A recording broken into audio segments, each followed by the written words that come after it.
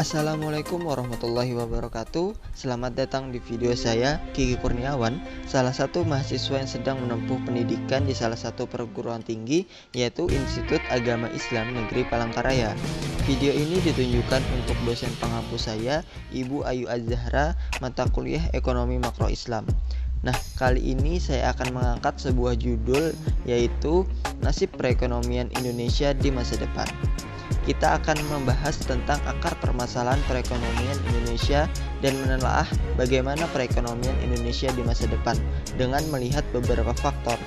Ada beberapa faktor yang menjadi penentu nasib perekonomian Indonesia di masa depan, yaitu yang pertama, kita akan membahas tentang pertumbuhan dan pembangunan ekonomi Indonesia.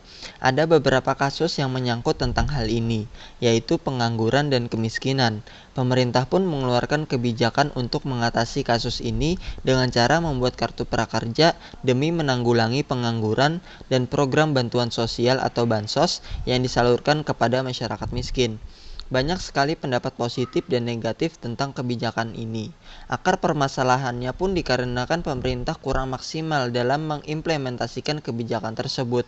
Dilihat dari potensi kartu prakerja yang hanya dengan menonton YouTube saja, tanpa adanya pelatihan dan pengembangan secara langsung yang akan membuat kebijakan ini lebih efektif dalam mengembangkan minat dan dapat menaikkan taraf hidup.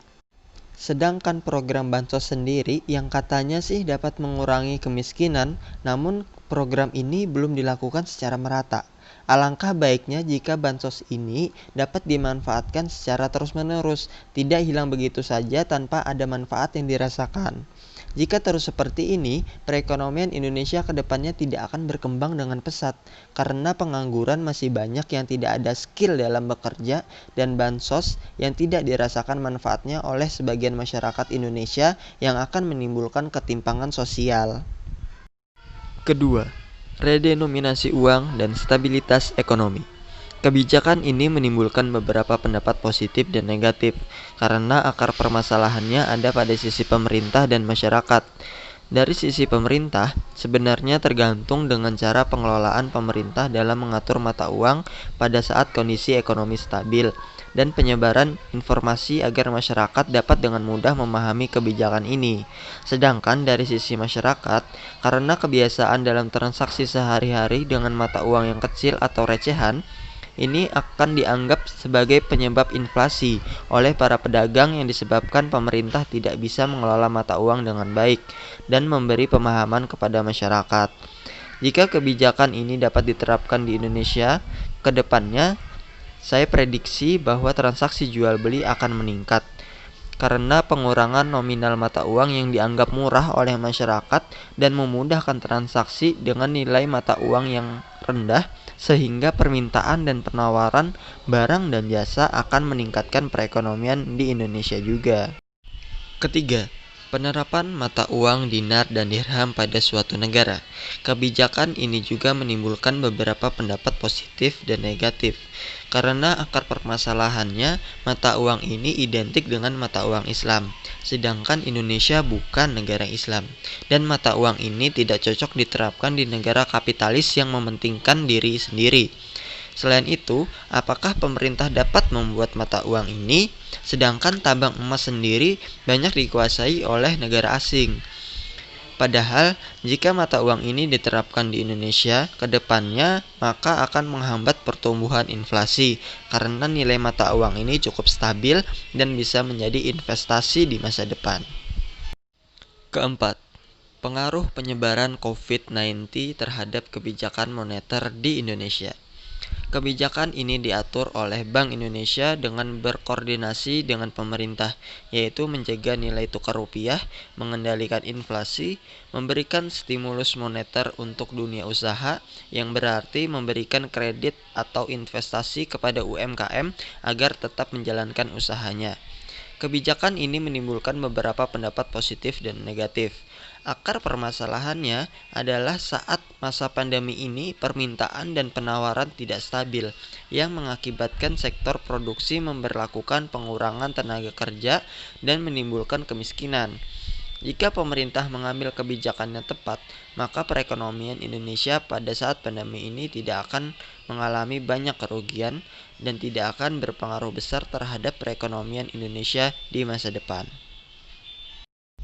Kelima, perang dagang AS Tiongkok terhadap kebijakan fiskal di Indonesia. Sebenarnya, dalam permasalahan ini, Indonesia dapat mengambil keuntungan dengan mengurangi ketergantungan ekspor komoditas mentah sehingga dapat memproduksi barang jadi yang bernilai guna dengan meningkatkan SDM dan pertumbuhan ekonomi nasional. Dan dengan kebijakan fiskal yang memberikan insentif berupa perpajakan, diharapkan dapat menahan dampak perlambatan pertumbuhan ekonomi dunia sekaligus memulihkan perekonomian domestik Indonesia pada saat ini dan di masa depan. Keenam, perdagangan luar negeri, proteksi, dan globalisasi. Pada kasus ini pun banyak menimbulkan kontroversi, di mana akar permasalahannya kembali lagi pada bagaimana pemerintah membuat suatu kebijakan itu untuk mendorong dan mendukung sistem pasar yang efektif dan mencegah serangan dari para globalis yang memiliki kekuatan dalam dunia perdagangan dan investasi. Jika kedepannya pemerintah tidak bisa mengambil kebijakan yang tepat, maka perdagangan internasional akan dikuasai oleh asing dan asing. Meskipun Indonesia kini diuntungkan oleh beberapa aspek, namun tidak akan dapat menutupi kerugian yang dialaminya. Indonesia harus bangkit dari cengkeraman para globalis kapitalis yang ingin menguasai dunia. Jika seperti ini terus, Indonesia tidak akan berkembang karena pemerintah tidak melakukan terobosan baru untuk mengatasi masalah ini. Sehingga lambat laun Indonesia akan mengalami stagnan yang tidak bisa berkembang dari segi produksi itu sendiri karena dibatasi oleh para globalis. Ketujuh, bencana dunia dan revisi postur anggaran pendapatan dan belanja negara atau APBN 2020. Kita tahu bahwa bencana dunia pada saat ini adalah penyebaran virus COVID-19 yang mengguncang perekonomian seluruh negara. Dari bencana tersebut, negara seperti diharuskan untuk merevisi APBN tahun 2020 dengan melihat kondisi saat ini. Namun, akar permasalahannya adalah bagaimana cara pemerintah dalam mendapatkan, mengelola, dan menggunakan anggaran itu secara tepat dan efektif. Karena pada saat ini, revisi APBN dirasa kurang maksimal. Karena pendistribusian bantuan dan lain-lain itu masih tidak merata dan lambat. Padahal masyarakat sangat membutuhkan dikala perekonomian sedang tidak stabil. Sedangkan virus ini di Indonesia setiap hari selalu ada peningkatan, bahkan sekarang mencapai 50 ribuan yang positif virus COVID-19 ini.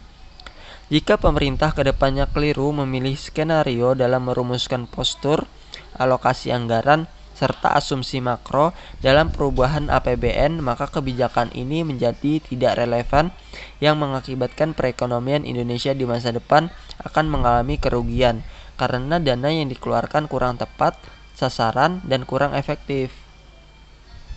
Kedelapan, peran zakat dalam perekonomian umat. Kebijakan di Indonesia mengenai faktor ini yaitu pemotongan gaji PNS untuk wajib zakat. Meskipun zakat wajib dikeluarkan oleh umat muslim, namun kebijakan ini pun menuai kontroversi, di mana akar permasalahannya kembali lagi kepada lembaga pemerintahan untuk mendukung, mengelola zakat, dan mengatur masyarakat sehingga kebijakan ini bisa terwujud secara efektif. Jika kebijakan ini dilakukan dengan benar, saya yakin bahwasannya perekonomian Indonesia ke depannya akan mengalami peningkatan, di mana zakat yang dikelola itu menjadi produktif, sehingga kaum duafa mampu mandiri dan manfaatnya dirasakan untuk jangka panjang. Kesembilan, kebijakan ekonomi terbuka dan tertutup. Indonesia sendiri menganut ekonomi terbuka. Inti dari permasalahan kebijakan ini di Indonesia adalah penjualan aset berharga dan tenaga kerja asing lebih banyak dibandingkan dengan tenaga kerja domestik. Saya tekankan sekali lagi bahwa kebijakan itu sebenarnya hanya kebijakan saja, namun intinya adalah pemerintah itu dapat menjalankannya dengan benar atau tidak. Apabila tidak dilakukan dengan benar, akan menimbulkan sisi negatif. Bisa saja ini berdampak dalam jangka waktu yang panjang. Jika perekonomian Indonesia menerapkan ekonomi terbuka dan terlalu terbuka, sedangkan kebijakan proteksinya tidak diimbangi dengan ekonomi terbukanya, sehingga menimbulkan utang yang besar, aset penting dijual, dan TKA merajalela di tanah air kita. Maka saya jamin bahwa perekonomian Indonesia di masa depan bisa menjadi negara terpuruk ekonominya. Nah, itu tadi beberapa faktor yang menjadi penentu nasib perekonomian Indonesia di masa depan. Jadi kesimpulannya, bahwasannya yang berperan penting dalam penentu nasib perekonomian Indonesia di masa depan adalah pemerintah. Karena yang membuat dan menjalankan kebijakan perekonomian ini ya pemerintah. Dan semua itu tergantung kepada bagaimana keputusan pemerintah dalam membuat kebijakannya, tidak sembarangan, tidak tumpang tindih dengan yang lain, dan ketika dilaksanakan tidak ada penyelewengan dari oknum pemerintah sehingga kebijakan ini dapat dinilai negatif dan relevan.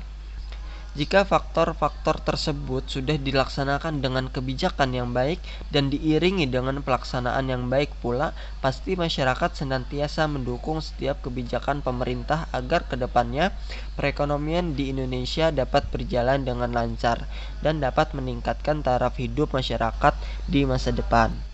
Mungkin sekian dari saya. Apabila ada salah dan hilaf, saya mohon maaf. Semoga video ini dapat bermanfaat buat kita semua. See you next time. Wassalamualaikum warahmatullahi wabarakatuh.